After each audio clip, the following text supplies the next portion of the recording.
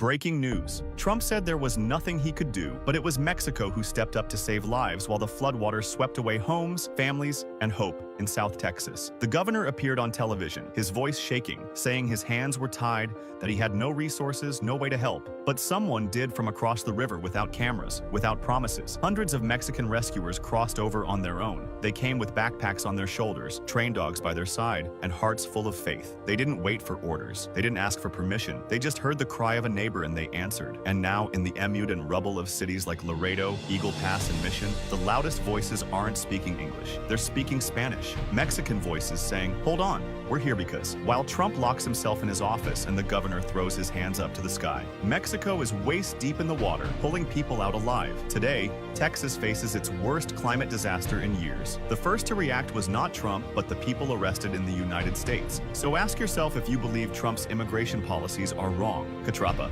Thank you. Mexico in the comments, and share the story before politics buries it.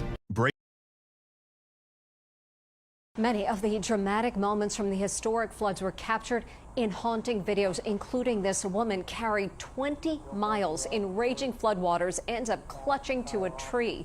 Now Jim Murray can reveal who that woman is. Help is coming! A woman clings to a tree. Her clothes have been ripped from her body. We now know who she is. Her name is Devin Smith. She's 22. She was swept 20 miles downriver, over dams and under bridges, and clung to the tree for over an hour before she was rescued. I was hollering across the river. She saw me. Carl Jeter shot the video that's being seen around the world. Was she dodging debris and objects on her 20-mile journey? It must have been harrowing. Oh, yeah. She told of RVs that would pass her by, vehicles, refrigerators. 4 of her family members have been found dead. A 5th is still missing. Many of the dramatic In the rubble that used to be Camp Mystic, we watched as Fletcher Cordell searched for anything left behind by his 11-year-old daughter, Olivia. She had her charm bracelet laid out, and she's been asking about that a lot. Olivia's cabin is now filled with mud and occasional dead fish as debris litters the campsite outside. Is that hers? Yeah. Olivia survived the deadly flooding, rescued by helicopter. Cordell says she's only starting to process the disaster. But as a dad, it's like anything for your child. Whatever it takes. And that's why you're here. I mean, Yeah, I'll stay here as long as I can till it's, found. And if I don't find it, I'll come back. Just across the street, down the Guadalupe River, a different kind of search. Loved ones will do anything to find their family members. 67-year-old Alicia Olbera used to live right here up the hill. There didn't used to be a river here. There is now. Family members are looking through the trees, through the branches, even going into the water. That's where we found Olvera's son, Efrain Torres, up to his beard. His sister Juvia on the road above. So we're just hoping that she's close by. So you don't think she made it? You don't think she survived? I mean, we want to think, but it was really hard. The body of Olvera's husband was found nearby. It's a really hard time for everybody. Hard to process. It's hard to process, yes. Yeah. We can't process it, so I don't know how to describe it. It's something no one ever expected, like a nightmare.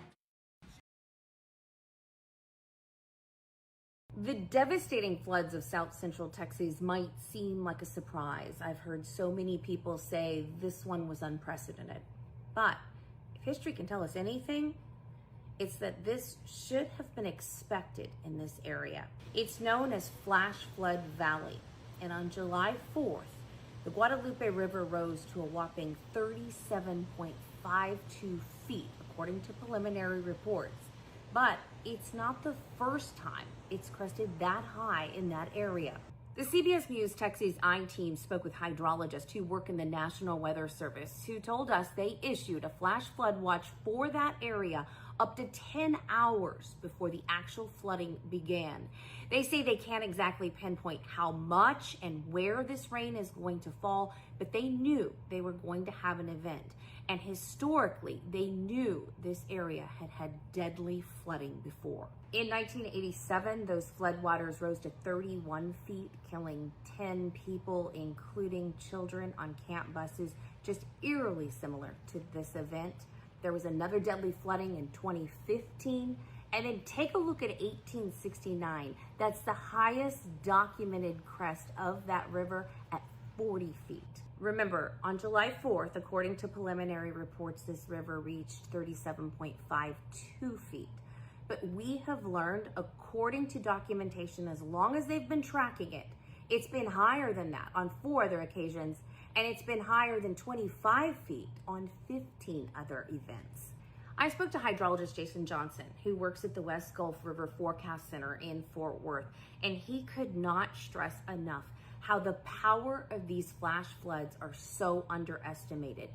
He told us that 6 inches of water can knock you off your feet. 2 feet of water can sweep your car away.